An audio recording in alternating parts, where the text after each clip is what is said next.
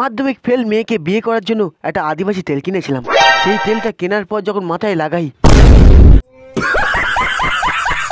আমার মাথায় চুল ওঠার বদলে উল্টে আমি টাকলা হয়ে গেলাম। তাই এসে সমস্ত তেলগুলো ওই দোকানদারের মাথায় ঢালতে।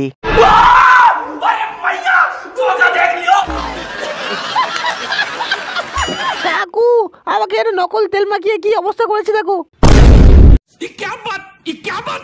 বড় বড় ইউটিউবারদের ভিডিও দেখে আমি এদের কাছ থেকে আদিবাসী তেল কিনেছিলাম। আরে সর্বনাশ কি তোর একার হয়েছে রে? আমারও হয়েছে। ও ভাই মারো মুঝে, মারো মারো মুঝে, মারো মারো। বড় বড় ইউটিউবারদের ভিডিও দেখে আমি এদের কাছ থেকে একটা আদিবাসী তেল কিনে নিয়ে যাই। ভেবেছিলাম আমার মাথায় একটু চুল গজাবে, কিন্তু এদের জ্বালায় সমস্ত চুল আমার পড়ে গেছে। কিন্তু আমি এই মালটাকে ছাড়বো না।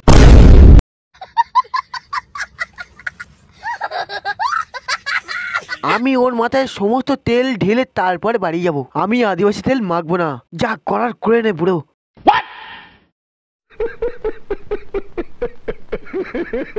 তুই মাখবি না মানে তোর ঘাড় মাখবে।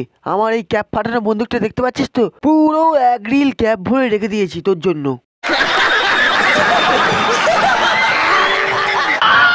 দেখ ভাই, আমাদের আদিবাসী তেলের যে অবস্থা হয়েছে, বড় বড় ইউটিউবারদের দিয়ে যদি আমরা প্রমোশন করাতে যাই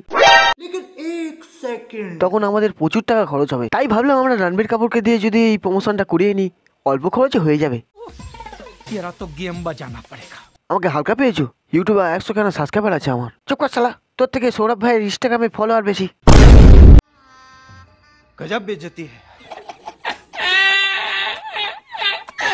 আদিবাসী তেলের প্রমোশন তোকে দিয়ে করাতে পারি, একটা শর্তে।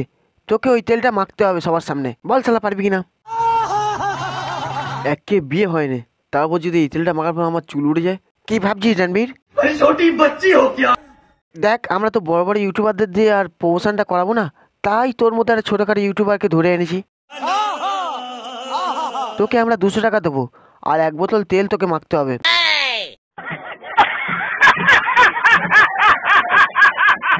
এমনিতে তোমরা ভুলভাল গাছের ছাল দিয়ে এই তেলটা বানাচ্ছ। তেলটা মাখার পর যদি আমার সমস্ত চুল উড়ে যায় তখন আমার কোন বাপ বাঁচাবে? उससे मेरा क्या फायदा? তাহলে তুই তেলটা মাখবি না বলছিস, তাই তো? দরকার নেই আমার প্রমোশনের।